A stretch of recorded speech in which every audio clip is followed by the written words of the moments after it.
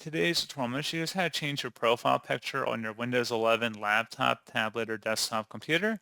So this should hopefully be a pretty straightforward process here, guys. And without further ado, let's go ahead and jump straight into it. So all you have to do is open up the search menu, type in settings, best results, come back with settings. Go ahead and open that up. Select the accounts button on the left side.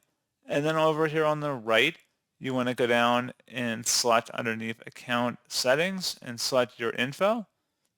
And then where it says adjust your photo, choose a file, you can select browse files to go select one on your computer, or you can open up the camera app to actually take a picture if you have a webcam installed.